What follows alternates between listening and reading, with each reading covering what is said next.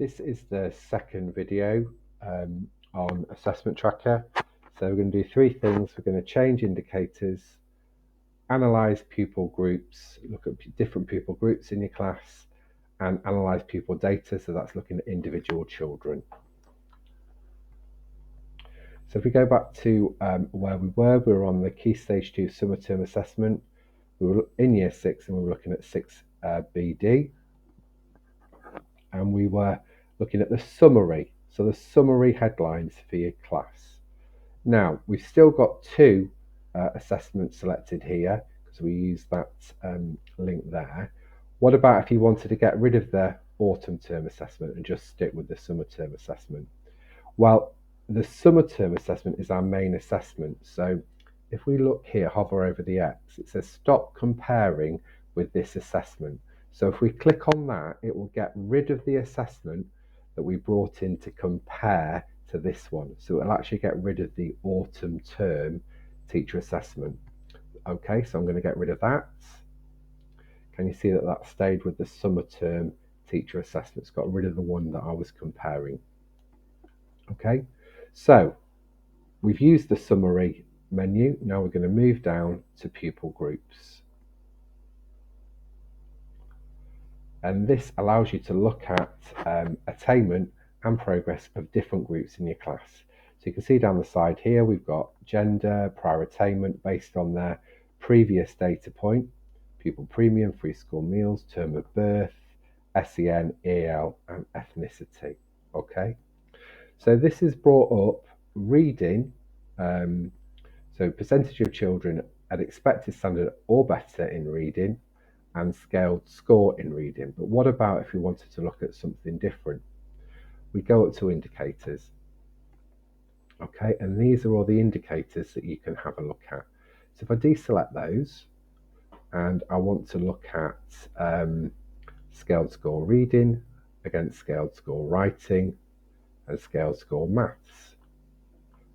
Can't do maths, it's only let me look at two indicators at once. Okay, so there I can see how they've got on in reading, how each group has got on in reading compared with how each group has got on in writing.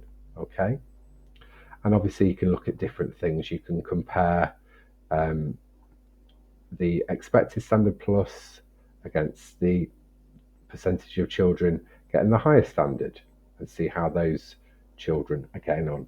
And again, with this, we can check progress. So if we compare with another assessment and we select our autumn term assessment again, you'll see now that it's brought up a progress column as well. It's got both of those things there. Okay, so for pupil groups, click on pupil groups, change the indicators and have a play with that to see what picture, what sort of headlines you can bring out from your class based on the groups that you've got. And the final thing we're going to look at tonight is just individual pupils. So we've done the summary, we've done pupil groups, and now we're going to have a look at pupils. So we click on pupils. And this will just bring up, again, if you don't want both assessments, you can just look at summer term, and it will bring up attainment for children in your class. And again, if you go to indicators, you'll be able to look at more than one thing at a time, okay, and how these things compare. And again, if you want to select a previous assessment to measure progress, you can. So if we go back to so changing indicators allows you to select different subjects and criteria that you want to analyse. The pupil groups menu will show you the different groups in your class, and the pupil tab will just allow you to look at individual pupils and how they're getting on. So now if you log into Fisher Family Trust again and have a go at doing those three things.